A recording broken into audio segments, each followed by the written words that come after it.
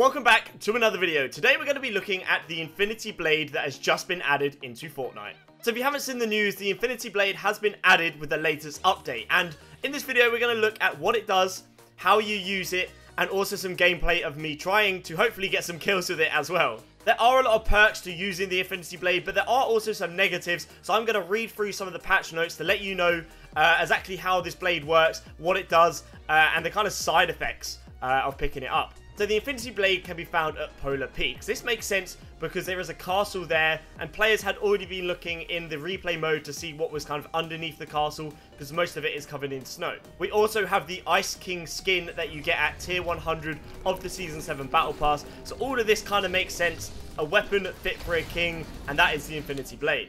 So the Infinity Blade not only deals damage to players, but it also takes out structures in just one hit.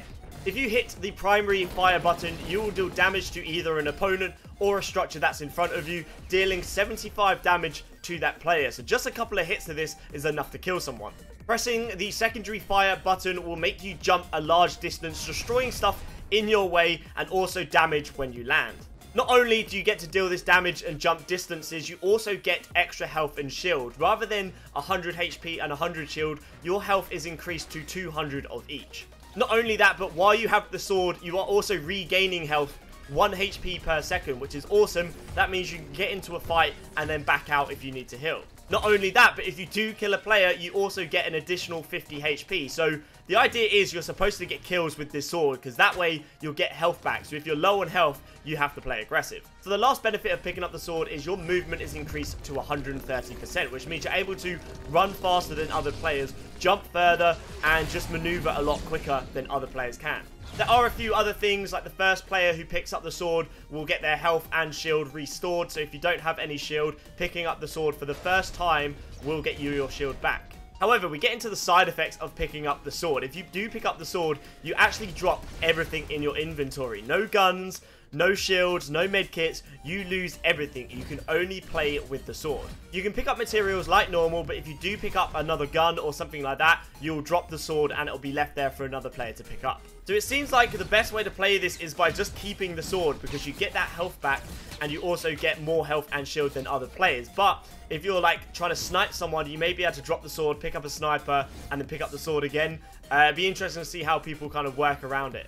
There is only one sword during the game, so if you manage to find it, you should probably pick it up if you want to give it a go. It'd be interesting to see if someone gets a victory royale by just using the sword. I could see people going for like the final kill if they have it, but it'd be interesting to see if someone goes from start to end with it. So, fun fact for you, Infinity Blade is actually the name of a mobile game which is made by Epic, the developers behind Fortnite. So it's interesting to see that they're bringing that into the game. So I wonder if there's going to be like some cross collaboration between like Epic game titles and stuff like that. It's just an interesting fact that Infinity Blade isn't something new for Epic. It's actually a game they created a while ago.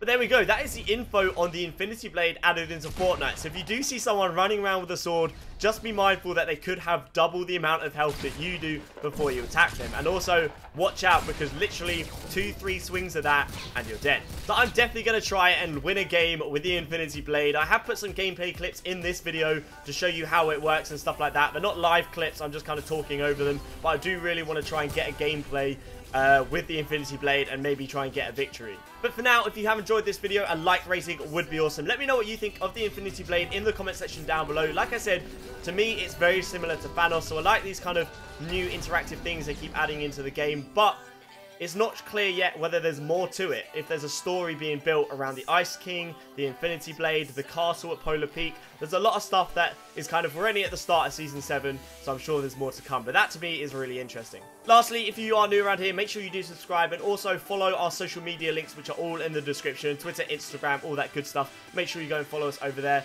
Anyway, guys, I hope you've enjoyed watching, and I'll catch you guys next time.